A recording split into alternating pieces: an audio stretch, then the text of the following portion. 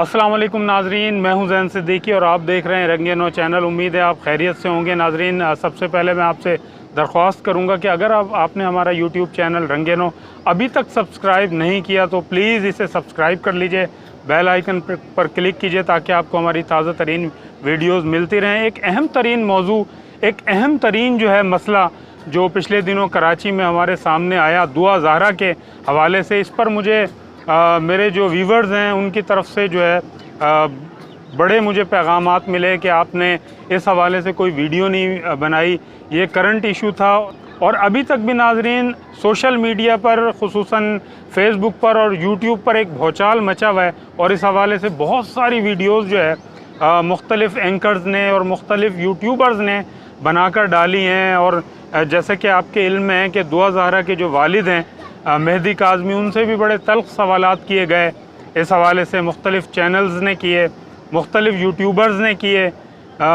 सबसे पहले तो एक मसला ये आया कि ये बच्ची जो है वो वहाँ पे गई कैसे। इस बच्ची ने ख़ुद जो है अपने मुंह से ये एतराफ़ किया है कि वो जो है यहाँ से कराची से जो है लाहौर के लिए गई है और पंजाब यूनिवर्सिटी में गई, वह यहाँ से एक टैक्सी करवाई। इसने ख़ुद इतनी हिम्मत का मुजाहरा किया और वहाँ पर गई और उस लड़के को वहाँ पर ज़हीर को उसने फ़ोन किया और वहाँ पर बुलाया और उस ज़हीर ने जो है 24 या 27 हज़ार रुपये जो किराया बनता था टैक्सी का, वो अदा किया और वो उसके साथ चली गई।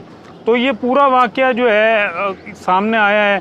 फिर उससे पहले जब ये घर से निकली थी, कहा गया कि कचरा डालने के लिए ये बच्ची गई थी, लेकिन कचरा डालने के बाद ऐसी गायब हुई कि जैसे कोई जिन लेकर इसको गायब हो गए हों और ये बच्ची का कोई सुराग नहीं मिला। हालांकि महल्ले में कई जो है सीसीटीवी कैमरे भी नस्ब थे और इसी दौरान एक और वीडियो आई किसी लड़की की जिसमें ये कहा गया कि ये तो कोई अपनी जॉब पर लड़की जा रही है उस वैन में बैठकर, ये दुआ ज़हरा नहीं है।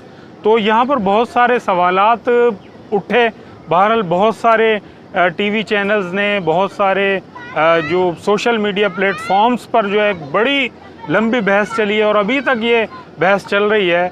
इससे कतई नज़र कि ये लोग अपनी रेटिंग चाहते हैं और चाहते हैं कि जनाब हमारी रेटिंग हो और जो है हम उनका जो मीडिया प्लेटफॉर्म है, चाहे वो फेसबुक पे ही क्यों ना हो, वो ग्रो करे और आगे बढ़े।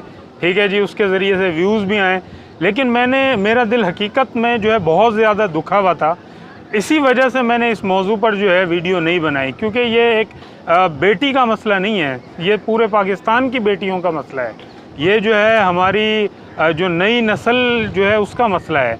इसलिए जो है इस पर उमूमन हमारे माशरे में बात नहीं की जाती इन मसाइल पर। हालांकि डिबेट होनी चाहिए, वालदैन की तरबियत भी होनी चाहिए कि वालदैन जो है किस तरह से अपने बच्चों की तरबियत करें, क्या वो तरीके इख्तियार करें जिससे इस तरह के जो है वाक़यात रूनुमा ना हों, इस तरह के जो है इंसिडेंट रूनुमा ना हों और वालदैन जो है का इतना एतमाद और इतना जो है उन बच्चों के ऊपर भरपूर कंट्रोल होना चाहिए कि बच्चे जो है अपने मसाइल जो है वालदैन से शेयर करें।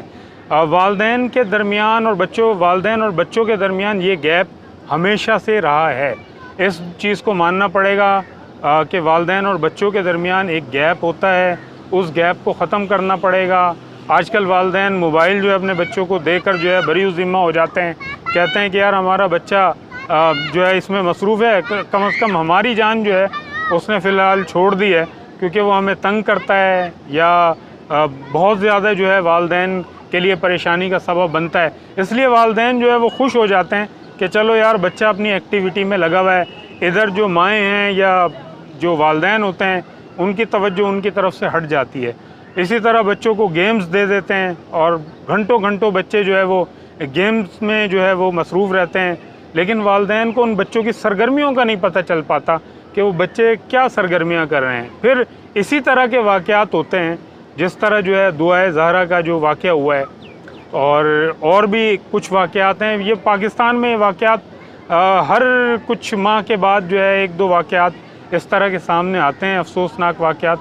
मैं इस वाक़े को वाक़या नहीं कहूँगा बल्कि सानिया कहूँगा। ये उन वालदैन के लिए जिनके साथ ये वाक़यात होते हैं वो किस कर्ब और अज़ियत का जो है सामना करते हैं। तो ये बातें, ये चीज़ें जो है